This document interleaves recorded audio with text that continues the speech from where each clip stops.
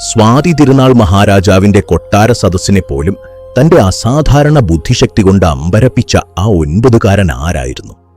രാജാവ് അവനെ വിളിച്ചു വിദ്വാൻ കുട്ടി. സംസ്കൃതത്തിലും കർണാടക സംഗീതത്തിലും അഗ്രഗണ്യനായ ആ ബാലൻ പിന്നീട് കേരള ചരിത്രത്തെ തന്നെ മാറ്റിമറിക്കുമെന്ന് അന്ന് ആരും കരുതിയില്ല. അതെ, രാമയ്യർ എന്നായിരുന്നു അവന്റെ യഥാർത്ഥ പേര്. എന്നാൽ അവന്റെ ജീവിതം മാറിമറിഞ്ഞത് ഒരു അത്ഭുതത്തിലൂടെയാണ്.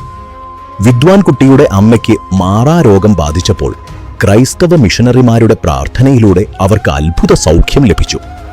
ഈയൊരു സംഭവം ആ കുടുംബത്തിന്റെ ചിന്തകളെ മാറ്റിമറിച്ചു.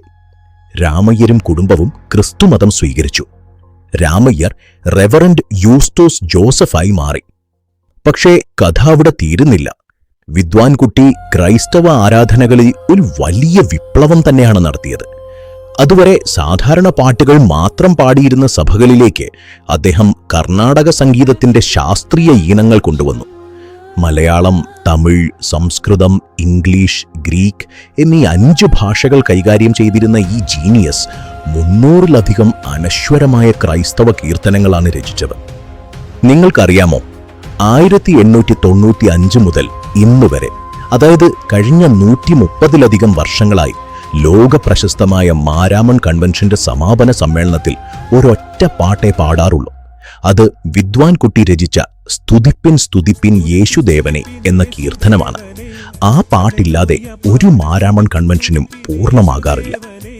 കേരളത്തിന്റെ സംഗീത ചരിത്രത്തിലും ആത്മീയ ചരിത്രത്തിലും ഒരുപോലെ വിസ്മയം തീർത്ത വ്യക്തിത്വമാണ് വിദ്വാൻ കുട്ടി. ചരിത്രം മറന്നുപോയ ഈ അപൂർവ പ്രതിഭയെക്കുറിച്ച് നിങ്ങൾ ഇതിനു മുമ്പ് കേട്ടിട്ടുണ്ടോ? കമന്റ് ചെയ്യൂ. കൂടുതൽ ഇൻട്രസ്റ്റിംഗ് ആയ ചരിത്ര കഥകൾക്കായി ഈ പേജ് ഇപ്പോൾ തന്നെ ഫോളോ ചെയ്യൂ. കരുണ നിറഞ്ഞ കണ്ണുള്ളോനവൻ, സഞ്ജനത്തിൻ കരത്തിൽ കരളലിഞ്ഞ് കേൾക്കും കാതുള്ളോ, ലോകപാപ ചുമടിനെ ശിരസുകൊണ്ടു ചുമന്നൊഴിപ്പതിന് കുരിശെടുത്തു ഗൊൽഗോഥാവിൽ പോയോനെ സ്തുതിപ്പിൻ സ്തുതിപ്പിൻ യേശുദേവനെ, ഹല്ലേലൂയ പാടി സ്തുതിപ്പിൻ സ്തുതിപ്പിൻ യേശുദേവനെ.